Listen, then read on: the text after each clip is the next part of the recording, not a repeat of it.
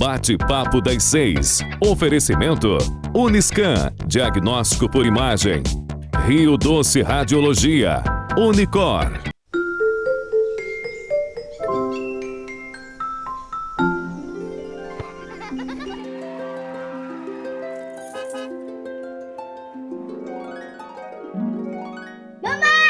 Imaginar o futuro de quem a gente ama é encarar o próximo passo como a decisão de viver todas as memórias ao lado de quem amamos.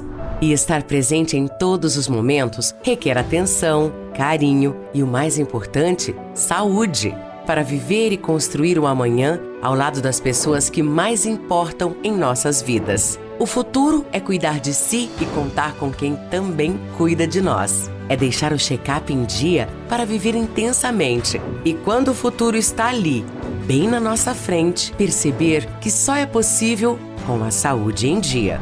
Check-up Premium. Agende o seu. Uniscan e LMC Hospital. A gente cuida.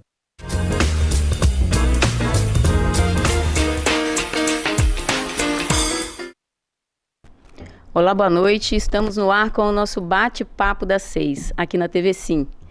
Hoje nós vamos falar de um assunto super relevante, tirar muitas dúvidas sobre o AVC, acidente vascular cerebral ou encefálico. Contamos hoje aqui com a participação de 2 experts no assunto, Dr.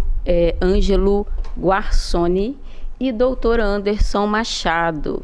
Muito bem-vindos. Boa noite, doutora Débora. Boa noite, doutor Ângelo, tudo bem? Doutor Ângelo é neurocirurgião, né, no Linhares Medical Center e no Rio Doce. Boa noite, Débora. Boa noite, Anderson. Boa noite aos espectadores da TV Sim. É um prazer estar aqui no Bate-Papo das 6, mais uma vez, para discutir esse tema tão relevante com esses colegas tão queridos. Doutor Anderson é neurologista clínico no Linhares Medical Center. Muito bem-vindo. Muito obrigado, boa noite. É um prazer estar em conjunto com vocês para a gente ter essa conversa gostosa aqui sobre AVC. Muito bem. Bom, o AVC talvez não seja um termo tão conhecido por todos, né? E nós temos um outro termo aí, derrame ou AVC. O que é certo? É a mesma coisa? Esclarece pra gente, doutor Anderson. Bem, AVC é um termo geral, né? A gente chama de acidente vascular cerebral. Em alguns lugares a gente chama de acidente vascular encefálico, pensando em englobar todo o sistema do sistema nervoso central. Mas a população, ela utiliza vários termos, né? Derrame é um dos sintomas que o paciente pode referir, né? Derrame. Em inglês, stroke, né? Algumas pessoas do interior podem falar que está tendo algum tipo de paralisia ou algum tipo de mal-estar súbito, runheira na cabeça. Tem vários termos que a população utiliza, né? Mas o termo correto atualmente que a gente mais utiliza é AVC mesmo. AVC. E é muito comum, né, a gente ter ali o paciente no consultório com uma doença de base que pode causar AVC, que pode, né, de várias etiologias, tanto na cardiologia, na minha área a gente vê isso com muita frequência, e eles às vezes não vão buscar diretamente o neurologista, né? Então acaba que eles vão procurar o neurologista depois de um AVC, não é isso? Na maioria dos casos você pega assim. O que a gente entende é que, comparando com a cardiologia, né, doutor Ângelo, o paciente, quando ele está tendo um infarto, ele tem uma dor muito importante, uma dor súbita, e isso gera uma angústia, gera um desespero, uma preocupação. Quando a gente fala em um sintoma neurológico, menos de 5% dos AVCs vão gerar uma dor de cabeça, por exemplo. O restante dos AVCs, 95%, são sintomas em que o paciente, às vezes, não percebe que está tendo. É um formigamento no braço, é um formigamento na perna, é aquela perna que ficou um pouco mais pesada para subir uma escada, é uma tontura que achou que era uma vertigem, uma labirintite, é uma fala um pouquinho mais embolada, nossa, eu estou cansado, estou com sono. Então é um sintoma neurológico que às vezes não chama atenção, e aí esse paciente ele vai só perceber que é um AVC no dia seguinte ou na semana seguinte, quando ele não melhora do sintoma. O problema já está em curso, né? Quando você tem o sintoma, ele já está acontecendo, né? E aí, assim... E o mais importante também nessa questão, quando a gente vai discutir com a população e fala de AVC e fala desses sintomas, é as pessoas entenderem o que é o AVC. A nossa célula, para funcionar, precisa de oxigênio, precisa de glicose. Então, no final das contas, o AVC é todo o evento dos vasos cerebrais, seja uma ruptura de um vaso, uma ruptura de um aneurisma, e muito mais comumente o entupimento de uma artéria que faz com que o sangue não chegue ao cérebro. Quando o sangue não chega ao cérebro, essas células do cérebro começam a morrer. Pode falar que infarta? Infarta, né? O mesmo, e o que o Dr. Anderson falou, que é um conceito muito interessante, que a gente discute nos congressos e tudo mais, é que muitas vezes o AVC, né, a falta de fluxo no cérebro, que mata a célula, né, ele é negligenciado porque não dói. O paciente que chega no pronto-socorro com AVC, né, que é uma doença que mais mata, ele fica ali no cantinho, com a boca torta. Já o paciente do infarto, não, aquela dor no peito. Então, é sempre importante entender o conceito do AVC, né? Que é essa falta de fluxo sanguíneo no cérebro. E quais os tipos de AVC? Existe mais de um tipo de AVC para a população entender. Principalmente, né, quando a gente fala que é a falta de fluxo sanguíneo no cérebro, então, o AVC isquêmico, que é o entupimento de uma artéria, seja uma pequena artéria ou uma artéria de calibre maior. Quando a artéria que entope é de um calibre maior, o sintoma do AVC é mais grave, ou então os AVCs hemorrágicos, que podem ser divididos grosseiramente em AVCs, que é intraparenquimatose, que é quando sangra o miolo mesmo, o cérebro, ou quando tem uma ruptura de um aneurisma, por exemplo, que o sangue ele se espraia por um espaço que a gente chama de espaço subaracnoide. Então, a gente pode dividir nesses 3 tipos principais: o AVC isquêmico, o AVC hemorrágico, que pode ser intraparenquimatoso ou por uma ruptura de um aneurisma. Esse AVC isquêmico, que é um entupimento, né, de um vaso aí, de onde vem esse entupimento? Vem lá do cérebro? Anderson, conta pra gente aí. Existem mais de 50 causas de etiologias. Quando a gente vê as causas clássicas de AVC isquêmico, que é a parada de fluxo de sanguíneo cerebral, 25% são de causas cardioembólicas, então são formadas dentro do coração por algum mecanismo, ou uma doença valvar, ou uma fibrilação atrial, que é um tipo de arritmia cardíaca, ou algum tipo de outro problema, um forame valpatente dentro do coração, né? Ou pode ser uma doença aterosclerótica, então o paciente ele tem uma artéria que tem uma placa, e essa placa ou forma um trombo ou ela termina de ocluir. E a gente tem outras causas de AVC, de causa isquêmica, que não são cardioembólicas ou ateroembólicas ou aterotrombóticas, que seriam as vasculites, que são inflamações das artérias intracranianas, síndrome cerebral de vasoconstricção reversível, encefalopatia posterior reversível, próprios casos de meningites. A gente tem tumores causando AVC, a gente tem trombose venosa cerebral fazendo um infarto venoso cerebral. Então, quando a gente fala em doença cerebrovascular, não é só aquele mecanismo básico. A gente entende que existem inúmeras causas que podem estar fazendo esse tipo de lesão isquêmica cerebral. E pode ter alguns gatilhos, né, para que isso aconteça, né? Por exemplo, uma doença que não está controlada. Uma das principais doenças, né, fora de controle, que podem causar o AVC é a hipertensão arterial, certo? Essa hipertensão arterial vai causar mais que tipo de AVC? É o isquêmico, é o hemorrágico? Isso é... A longo prazo, né, em relação a essa questão de quais são os tipos de AVC, o Dr. Anderson brilhantemente aqui exemplificou uma dezena de causas de AVC, mas eu sempre gosto, quando a gente vai falar com os residentes ou com os colegas que estão começando, né, a gente sempre fala assim, que grosseiramente o AVC tem 3 fontes. Ou esse entupimento vem de um trombo que vem do coração, ou de uma placa, ou de um trombo que vem da carótida, né, que é o vaso que passa aqui no pescoço. Então, ou o coração, ou o pescoço, ou então algum problema dentro da circulação craniana. Então a sua pergunta é muito boa, Débora. Assim, a hipertensão causa mais AVC isquêmico ou mais hemorragia? Então, assim, dá para dizer que a longo prazo a hipertensão vai machucando os vasos, vai lesando o que a gente chama de endotélio, que é a parede do vaso, e culmina, né, em eventos de lesão vascular, seja na carótida, seja nos vasos de dentro da cabeça, que pode causar AVC.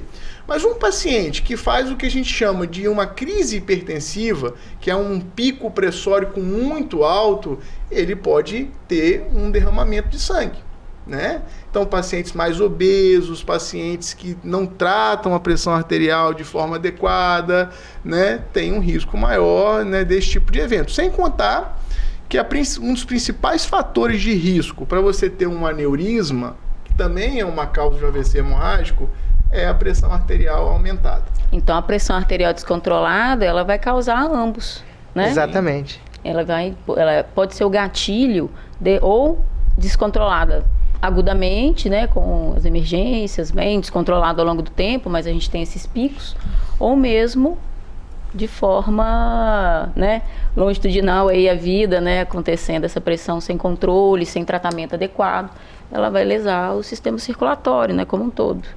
Então a pressão alta tem que estar bem controlada, né? E é por isso que a gente trabalha muito junto, né? Os nossos pacientes são pacientes incomuns, né? Então são hipertensos, na maioria dos casos, né, que vem na cardio, ou que tem uma insuficiência cardíaca, e de forma grave isso vai, né, a gente vai ter a formação desses trombos, ou uma arritmia que facilita a formação do trombo dentro de uma das partes do coração, né, e jogando esses trombos no sistema nervoso central. Então a gente vai ter isso de forma muito ampla, e a pressão alta, né. Bom, então, dos fatores de risco, a gente identifica a hipertensão como o mais comum, né? Mas a gente tem vários fatores de risco para hipertensão. Obesidade é um deles, né? Diabetes. Eu acho que todos os fatores de risco que a gente fala em todas as campanhas, né? Tabagismo, né? Tabagismo, é tudo que Ângelo falou, né? Como o mecanismo, um dos principais mecanismos é a lesão do endotélio, da parede interior das artérias, qualquer substância que seja irritativa ou cause microlesões, ela pode precipitar o AVC. Então, a hipertensão arterial, o diabetes, o tabagismo, o colesterol, dislipidemia, todas essas estruturas que podem estar lesionando o endotélio vascular, elas são fatores de risco. O sedentarismo, então são fatores que a gente consegue modificar para poder o paciente prevenir de ter um AVC. O AVC, ele dá sinais de que ele está acontecendo, ou que ele vai acontecer, ou que ele está em curso, sim, que ele está acontecendo, e o que para quem está em casa, né, como é que a gente poderia trazer isso para eles de uma forma que fosse útil no dia a dia, né? Sim e não, né? Existe uma entidade que ela tem um grau de parentesco do AVC, que a gente chama de ataque isquêmico transitório, que ela não gera uma lesão encefálica, né? Ela não é um AVC, mas alguns pacientes eles têm esse episódio antes de ter o AVC de fato. Então ele tem um déficit neurológico agudo, como se fosse um AVC, mas ele se recupera em até 1 hora e pouco. Então, existe esse paciente, sim. Então, é como se fosse um AVC premonitório que não gera sequela. E ele vai acabar tendo um AVC 30 dias depois, 60 dias depois. Existem os casos dos pacientes que ele tem um AVC sem ter esse AIT. Ele pode estar praticamente normal, assintomático, e de repente ter o AVC isquêmico. E quando esse AVC isquêmico está acontecendo? O que a gente vai notar de diferente na pessoa, assim? O que a gente tem?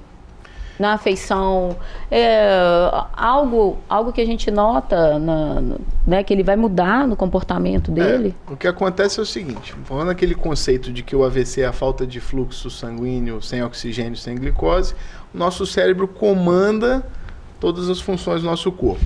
Nosso cérebro comanda a visão, nosso cérebro comanda a motricidade de um lado e outro do corpo, comanda a fala. Então, Débora, dependendo da área de entupimento, né, desse AVC ou do derramamento do sangue, né, o AVC vai causar o sintoma correspondente pela área. Se for afetada a área da visão, o paciente subitamente pode perder a capacidade de enxergar. Se a área motora da sensibilidade for afetada, né, que é muito comum o paciente ficar com a boca torta, perder o movimento do braço, o movimento da perna, né, alterar a fala, né? Então, quando o paciente começa a ter ou uma fraqueza, ou uma alteração de fala, ou uma alteração súbita da visão, ou uma alteração súbita do equilíbrio das funções do corpo, tem que se suspeitar de forma imediata de um AVC. Exato. E aí, assim, talvez nós ainda estamos engatinhando na questão do infarto, né? Com a população, de ter ideia, de ter, né, essa assistência ao público. Claro que nos grandes centros a gente tem isso com muita facilidade. Agora, o AVC ainda, eu tenho essa sensação, né? A gente tem de que a população ainda tem talvez essa dificuldade. Deixa ele ali quietinho que vai melhorar, né? Amanhã a gente vê como ele vai estar, ou à noite, se ele não melhorar, a gente vai para o hospital. E a gente sabe que durante um evento isquêmico a gente perde milhões de neurônios, então de células nervosas. E perder tempo nesse caso é tipo na cardiologia, né? Tempo é músculo, tempo é cérebro. Eu penso que o maior desafio que existe hoje em relação ao AVC é justamente isso que a gente está fazendo aqui. Acho que o desafio que a gente tem é o desafio da conscientização, né? Sempre que, como você falou, o paciente tem um AVC, muitos dos casos que a gente vai acabar discutindo aqui, é que o AVC ele é tempo dependente, né? A gente hoje, né, no Brasil tem desenvolvido políticas públicas, ampliado o acesso ao tratamento do AVC, né, e a gente sabe que o AVC tem tempo. Nós temos, no caso do entupimento do vaso, até estourando, né, nos principais casos, na maioria dos casos, 4 horas e meia para tratar esse paciente. Então, essa questão, eu estou com o braço um pouco fraco, eu vou deitar para ver se melhora, eu estou com a boca um pouco torta, eu vou deitar para ver se melhora, e muitos pacientes às vezes não acordam. Então, assim, eu acho que cumpre a gente, né, enquanto profissional de saúde, da área, fazer esse esclarecimento do que você está dizendo, que é muito importante. Não é para deixar para lá. A gente tem um tempo, tem que ser rápido, né, Anderson? Tem que identificar esses sinais. É isso mesmo. O AVC, ele, nas estatísticas brasileiras, é uma das principais causas de mortalidade e uma das principais causas de sequela e morbidade. A cada 1 minuto que a gente tem de demora de tratamento, a gente perde 1,9, em média, milhões de neurônios. Né?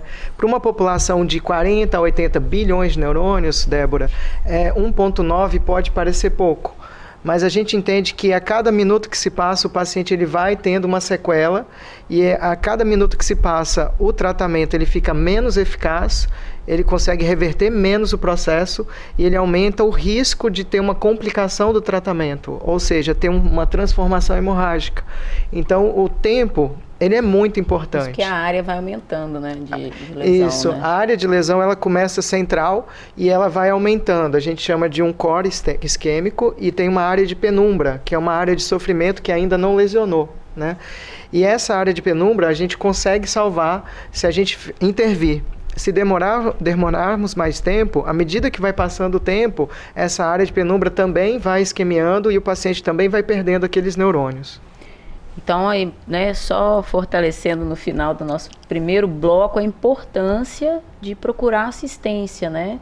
Assim que aparece um déficit, uma alteração, né, na cognição daquele idoso ou daquela pessoa que já tem um problema prévio, né? Com certeza. E sobre o que o Anderson falou, os estudos hoje comprovam, além de que você vai perdendo o neurônio, aumentando sequelas, os estudos comprovam de forma clara que quanto antes esse paciente é tratado, melhor o resultado do tratamento em termos de eficácia do tratamento. Exato, o sucesso é bem maior, né? Então, mais garantido, com certeza.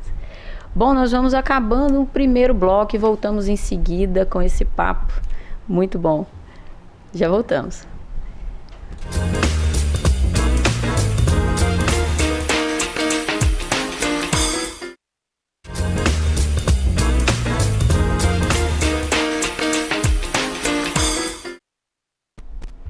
Voltamos com o nosso bate-papo das 6.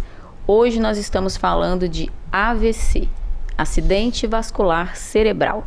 Contamos com a presença do Dr. Ângelo Guarsoni e do Dr. Anderson Machado. E vamos continuar esse papo que está muito bom. Então, vamos frisar aqui. Se uma pessoa leiga está lá na sua casa e presencia um AVC, né? Dentro do que a gente comentou, o que deve ser feito? Rapidamente procurar um hospital. Muito bom. O mais rápido possível. Chamar o SAMU, né? E procurar encaminhar o hospital. A gente tem até um mnemônico, né, Anderson? Conta pra gente como é que é o mnemônico do SAMU, como é que isso pode ajudar a identificar o AVC e tudo mais. Em algumas campanhas, né, que a gente tem da neurologia e do AVC, né, anuais que a gente faz, sorria, né, você sorri e ver se o rosto é simétrico, abrace para ver se tem a movimentação dos membros superiores e cante uma música, ou fale, né? Esses são as três principais áreas que são mais fáceis de identificar um AVC.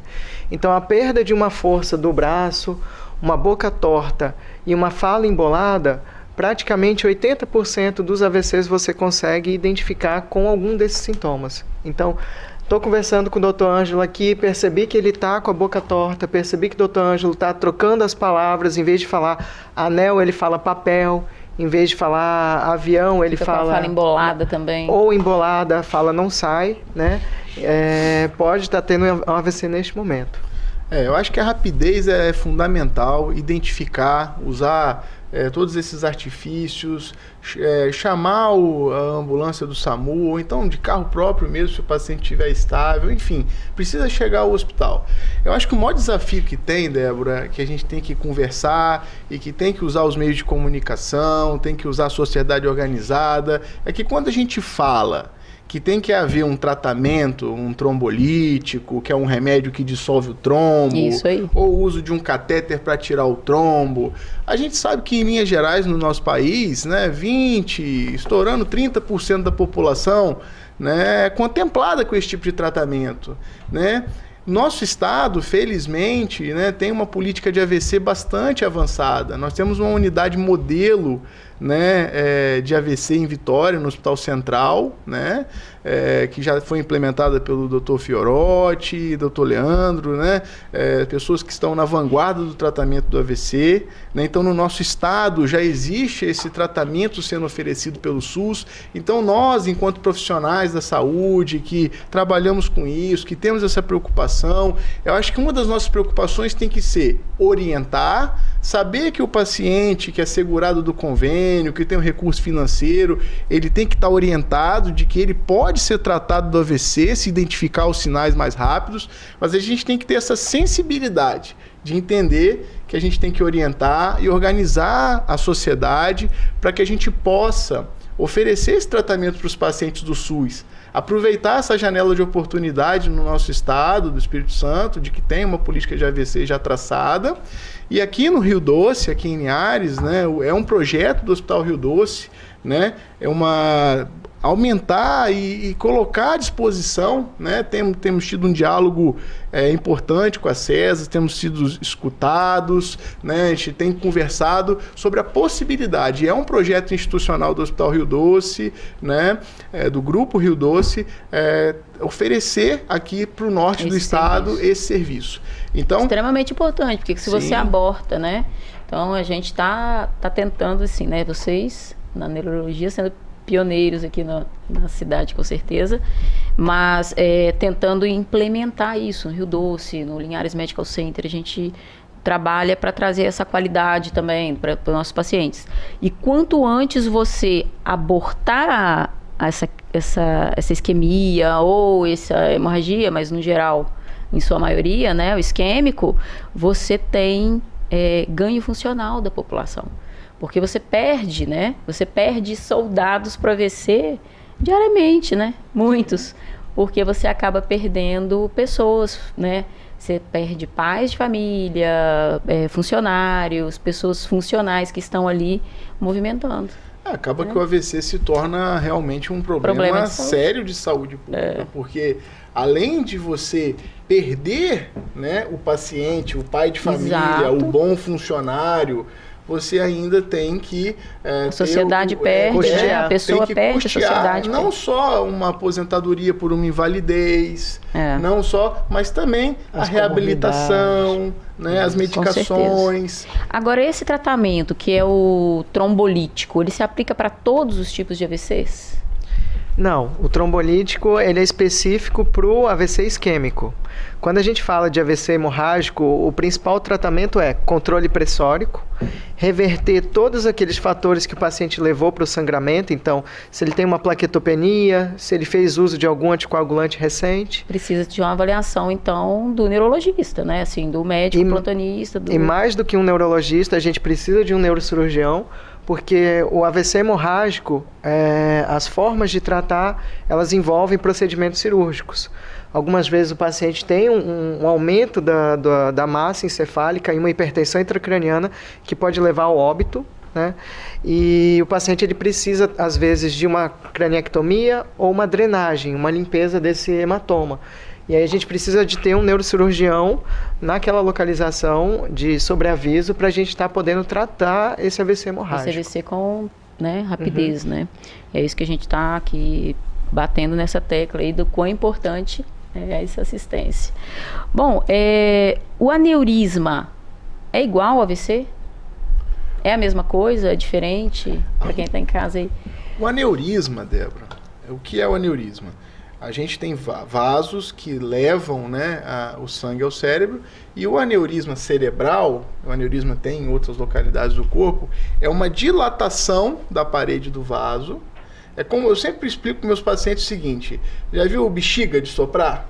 O aneurisma é como uma bexiga de soprar, que você vai soprando, soprando, soprando, ele cresce, cresce, até que a parede fica fina e rompe e derrama uma grande quantidade de sangue no cérebro de repente. Num espaço em que a pressão aumenta de forma súbita, né? Então, o aneurisma é uma malformação na parede do vaso. E quando rompe, precisa de quê? E quando rompe, primeira coisa é entender qual é a gravidade de um aneurisma, né? 50% dos pacientes que rompem o aneurisma morrem nas primeiras 24 horas. E por que é importante dizer isso da gravidade? Porque a gente sabe que pessoas, vamos supor, pessoas que têm familiares de primeiro grau que têm aneurisma, têm que ser estudados para saber, tem que fazer exames para saber se tem aneurisma, né? Porque a gente sabe que existe uma relação, né, de parente de primeiro grau, né? Por exemplo, sua mãe tivesse um aneurisma, é importante que você estude se você tem, né? Então, então é muito importante saber quais são os sintomas, que é a dor de cabeça súbita, né, o que a gente chama de cefaleia entrovoada, né, e precisa de também, como todos os outros tipos que a gente está falando aqui, um diagnóstico precoce, né, e um tratamento precoce. Porque um dos maiores problemas do aneurisma é que se ele romper de novo, essa mortalidade que já é alta, triplica, né? Então, é uma doença realmente, dentro dos AVCs, é uma doença muito grave. O anticoncepcional tem correlação com eventos central? Tem. O anticoncepcional, ele aumenta o risco de fatores trombóticos, né? E quando a gente pega alguns pacientes que já têm uma facilidade de fazer trombo, uma trombofilia, ou aquele paciente que é tabagista, ele aumenta muito essa probabilidade. Muitos pacientes que têm problema de enxaqueca também, por incrível que pareça, um subtipo de enxaqueca, que é a enxaqueca hemiplégica, que é aquela enxaqueca que tem um sintoma neurológico associado, ela tem um risco de 5 a 8 vezes aumentado de ter um AVC. Então, são vários fatores que a gente pode estar analisando. Não significa que o paciente tem que parar de usar o anticoncepcional, também a gente não vai estar proibindo a população de utilizar, mas aqueles pacientes que sabidamente têm um risco aumentado de uma trombose, uma trombofilia, ou são usuários de alguma substância, como cigarro, tabagismo, que facilitam os fenômenos trombóticos, esse paciente a gente pode estar recomendando a fazer outro tipo de medicação sem ser o anticoncepcional oral combinado. Muito bem, então assim, nós temos fatores de riscos que estão interligados, né? Você tem aí Agora há pouco o doutor Ângelo falou do aneurisma num paciente que tem uma hipertensão descontrolada, né? Nós temos aí a contracepção oral, né? O anticoncepcional, num grupo de pacientes, né? Que deve ter uma atenção maior, que já tem alguma propensão a desenvolver esse tipo de evento. Então, tudo isso aí faz parte, né, da avaliação de rotina, né, o famoso check-up. Aí, às vezes, você vai identificar, né, é um dos braços que a gente tem, né, que é prevenção, não é isso? É prevenir esses eventos. Uma outra coisa que é interessante a gente falar, quem teve um AVC pode ter um outro AVC seguido? Ele pode, próximo a esse evento? Isso é uma probabilidade? Pode. Inclusive, a maior probabilidade do paciente de ter um segundo AVC depois do primeiro é nos primeiros 30, 60 dias. Então, quando o paciente tem o primeiro AVC, a gente sempre interna esse paciente. O ideal é ter uma unidade de AVC que o Dr. Ângelo e a equipe está tentando trazer para Linhares, né? E nessa unidade de AVC, em 24 a 48 horas, o paciente passa por uma bateria de exames em que ele identifica a causa. Quando você identifica exatamente qual é a causa daquele AVC, você pode reduzir até 90% da chance de ter um novo AVC. Então, é muito importante a gente investigar esse paciente nessa fase aguda e subaguda. Alguns guidelines sugerem que, por exemplo, se é uma causa de uma placa aterosclerótica, que ela seja tratada em até 15 dias do AVC, né? Isso no Brasil a gente não tem feito habitualmente, né? Mas é só para a gente ter uma ideia de que a prevenção, quanto mais precoce, melhor o desfecho do paciente, né? Muito bom. Nós temos uma pergunta de um ouvinte. Ele enviou uma pergunta para nós e uma foto de um exame. Vamos dar uma olhadinha nessa pergunta e ver. Ele quer, assim, mais para a gente falar um pouquinho sobre o que a gente vai ver. Vocês podem... é um AVC. Mediante esses tomografia e os dois laudos, as perguntas qual é o procedimento a seguir para a recuperação do paciente, né? Que sofreu essas lesões aí, isquemia, né? Um abraço, obrigado. Então a pergunta dele é exatamente assim, o que fazer depois, né? Esse paciente ficou aparentemente com uma sequela, pelo que ele fala nos áudios que ele mandou. Então, o que fazer, né? O AVC, ele deixa sequelas. Então assim, toda a importância, né, de tratar rápido é para reduzir as sequelas. Por exemplo, nessa tomografia que a gente vê desse paciente, né, que perguntou, né, da família que perguntou, a gente vê uma zona muito extensa de isquemia. Aquela parte mais escura. Toda a parte escura que está lá na tela, né? Aquela parte escura é uma região, né, irrigada por uma artéria que a gente chama de artéria cerebral média. Esse AVC gigantesco, a gente chama de um AVC maligno da artéria cerebral média. Normalmente, quando o paciente tem um AVC com essa extensão, é um paciente que, como esse AVC é do lado esquerdo, né, é um AVC que causa alteração da fala, o paciente fica com a boca torta, com o braço sem mexer, com a perna sem mexer, né? Normalmente, em linhas gerais, né? Então, é um AVC com um alto grau de sequela, né? Então, esse paciente, muitas vezes, ele tem dificuldade de deglutição, pode ter dificuldade, pode precisar usar sonda. Então, como é que é a reabilitação desse paciente? Primeiro, entender que um paciente que tem um AVC desse tamanho é um paciente que tem até, durante a internação, um risco elevado de complicações e até de vir a óbito. Se esse paciente sobrevive com esse grau de sequelas, tem que ser trabalhado toda a reabilitação, né, Anderson? Com fonoaudiologia, com muita fisioterapia, um acompanhamento, né, multidisciplinar. E aí entra essa preocupação da conscientização. Olha o transtorno para a família, a sequela que o paciente ficou. Né? Por isso que o primeiro bloco aqui a gente falou tanto de prevenção, de que tem que tratar, da luta, que é um problema de saúde pública, né? Um AVC desse tamanho, eu que sou cirurgião, dependendo de como for a evolução, pode precisar até mesmo da retirada da calota craniana. Retirou, porque ela mandou várias sequências e retirou, sim, a parte da calota, fez descompressão extensa, tirou toda a calota, assim, realmente. Tá? Você acrescentaria mais o que em relação a esse caso, Anderson? Acho que é isso mesmo, em relação à reabilitação, né, multidisciplinar. Lembrando que o período de recuperação neurológica, a plasticidade neuronal, ela é muito intensa no primeiro mês, então não adianta esperar 2 meses para começar uma reabilitação. Tem que ser tudo. Então os estudos demonstram que tem que ser precoce nas primeiras 48 horas, então fisioterapia motora, fonoaudiologia, e aí você, na verdade, precisa avaliar quais são os déficits daquele paciente. O risco para engasgo, para disfagia, o grau de sequelas, fazer todo um ajuste.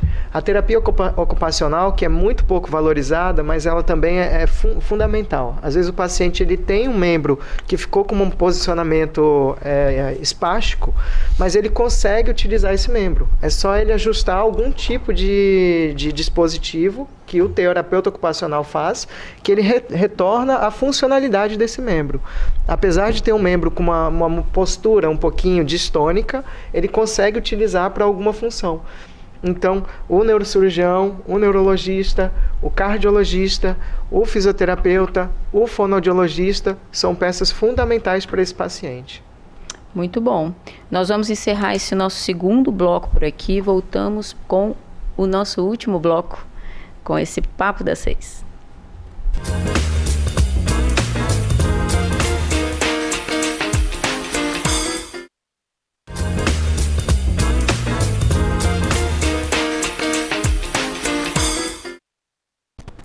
Estamos de volta com o Bate-Papo das 6 para finalizar o nosso bloco. E esse bloco é um bloco especial, porque a gente vai mostrar um caso, né? Um caso que nós tivemos no Linhares Medical Center, de um paciente muito querido que quis dar um depoimento dele hoje. Nós vamos colocar aqui para o Dr. Ângelo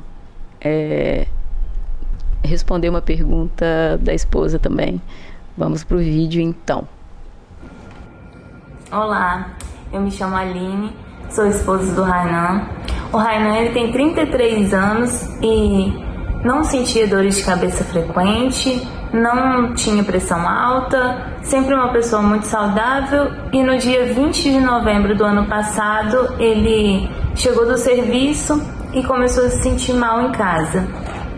Ele teve tontura, ele vomitou e logo a gente trouxe ele para o hospital. E aqui, assim que ele chegou, ele foi entubado e 2 horas depois o Dr. Ângelo já fez uma cirurgia nele, porque ele falou com a gente que ele teve uma má formação arteriovenosa. A primeira pergunta nossa já é se essa má formação arteriovenosa que causou um AVC hemorrágico nele. E a segunda pergunta é: o Rainan também tinha feito dias antes um check-up e os exames dele deu tudo certo, estava tudo bem. E o que a gente podia ter feito para prevenir esse AVC? Oi Aline, oi Rainan, tudo bem? Então, respondendo a primeira pergunta, a última pergunta é que em relação a primeiro explicar o que é a malformação arteriovenosa cerebral. Dentro de tudo que a gente falou de aneurisma, falou de AVC isquêmico, a malformação arteriovenosa cerebral é uma condição mais rara ainda que pode causar uma hemorragia cerebral, que os vasos... Normalmente, os vasos que nutrem o cérebro chegam pelo sistema arterial e saem pelo sistema venoso. Mas do sistema arterial, eles irrigam o cérebro, né? E o sistema venoso drena. Quando tem uma malformação, esse espaço do cérebro não existe. A artéria desemboca direto na drenagem venosa. Isso faz com que os vasos sejam mais frágeis e podem romper. Então, no caso do Rainan, por exemplo, um menino jovem que fez essa hemorragia, né? Infelizmente, né? O check-up, né? Às vezes não pega. Se o paciente não... É para isso, né? Mas... o check-up é para minimizar os riscos, tem que ser feito, mas no caso em específico, se essa malformação não apresentar nenhum sintoma, e qual sintoma uma malformação arteriovenosa poderia dar? Uma crise convulsiva, por exemplo. Alguns pacientes que descobrem uma malformação arteriovenosa cerebral não sendo pela hemorragia, muitas vezes descobrem por uma crise convulsiva, ou uma dor de cabeça, ou até uma sensação de formigamento no corpo, né? Que infelizmente não foi o caso do Rainan. No caso do Rainan, né, que a Aline está perguntando, ele já apresentou o sintoma como uma hemorragia grave, né? Ele precisou de uma cirurgia para diminuir a pressão dentro do crânio e felizmente, né, a gente conseguiu, né? Foi muito rápido, né? Junto com a equipe do LMC, junto com o Dr. Pedro Boechat, que é nosso cirurgião endovascular, né, com a equipe da hemodinâmica, a gente conseguiu oferecer o tratamento e a oclusão dessa MAVE, né, dessa malformação, através de um líquido que a gente joga dentro dessa MAVE, a gente conseguiu fazer isso aqui no hospital de forma ultra precoce. Primeiro foi realizada a cirurgia, graças a Deus com sucesso, né, para controlar a pressão dentro do crânio, e já no outro dia a gente já conseguiu, né, fazer esse tratamento dessa MAVE, e agora, né, estamos no período de reabilitação, essa coisa toda. Tá, ele já superou, né, muitas coisas aí nesse processo, né? Ele já saiu da ventilação mecânica, ele já saiu da traqueostomia, ele está, né, alimentando aí por assistência de uma gastrostomia, vigência desse evento todo, mas está com fonoterapia, está com a fisioterapia otimizada, né, está com controle de tronco, está levantando, né? Então, assim, ele é com certeza um trabalho em equipe muito bem feito, assim. É muito bom ver ele se recuperando, ver a família, né, com essa expectativa da alta. Isso é muito bacana. Eu acho que, não sei se tem mais uma parte do vídeo dela, mas assim, a gente está aqui, né, terminando o programa e só fortalecendo a nossa indicação, né, o nosso alerta de quão importante é o atendimento precoce de um AVC, de um evento neurológico, seja ele de qual etiologia, né, ou qual foco ele seja, né, ou qual tipo ele seja, hemorrágico, isquêmico.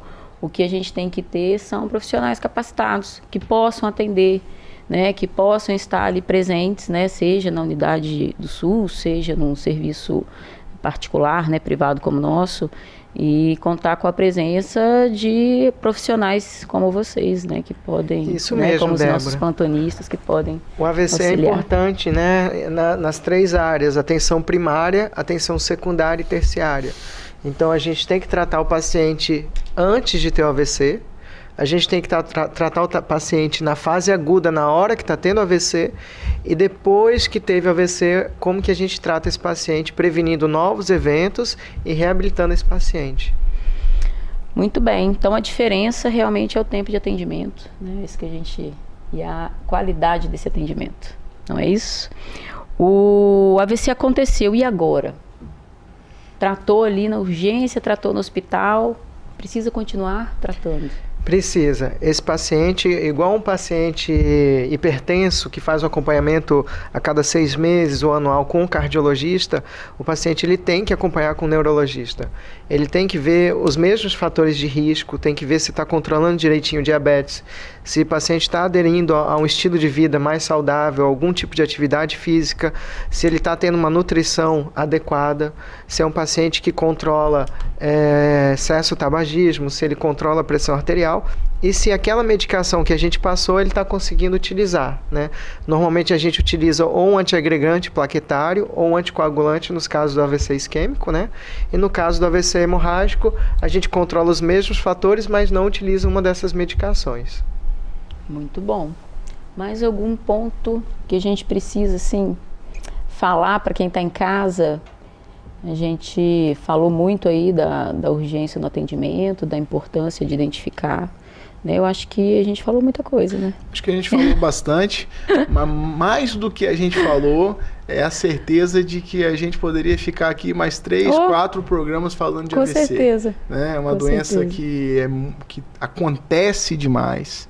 É uma das principais causas de mortalidade e de sequelas no Brasil e no mundo.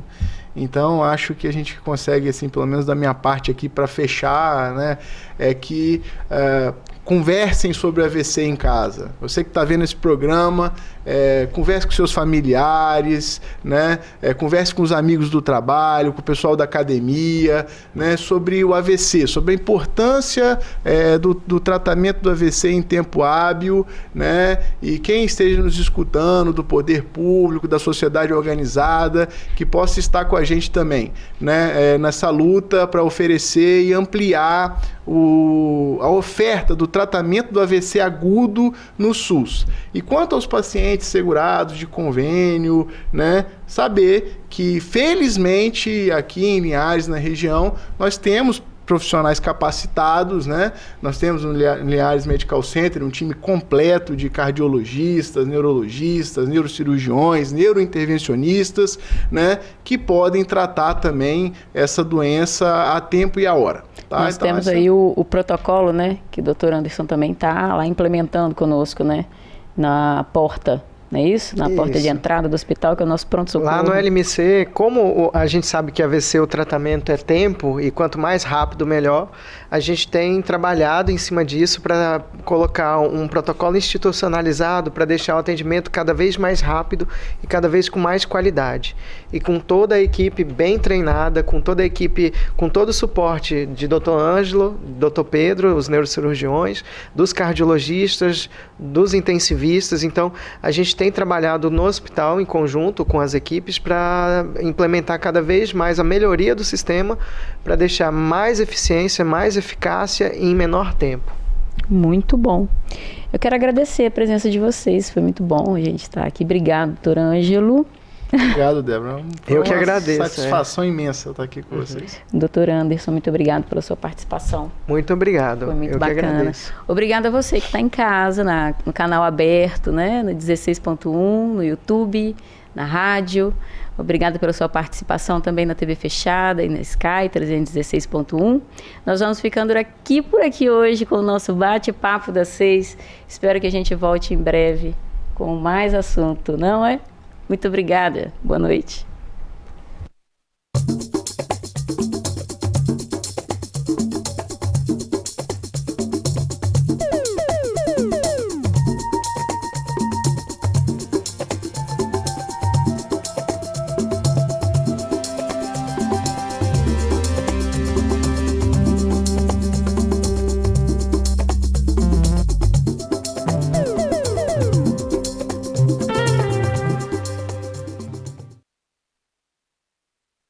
Bate-papo das 6. Oferecimento Uniscan, diagnóstico por imagem. Rio Doce Radiologia. Unicor.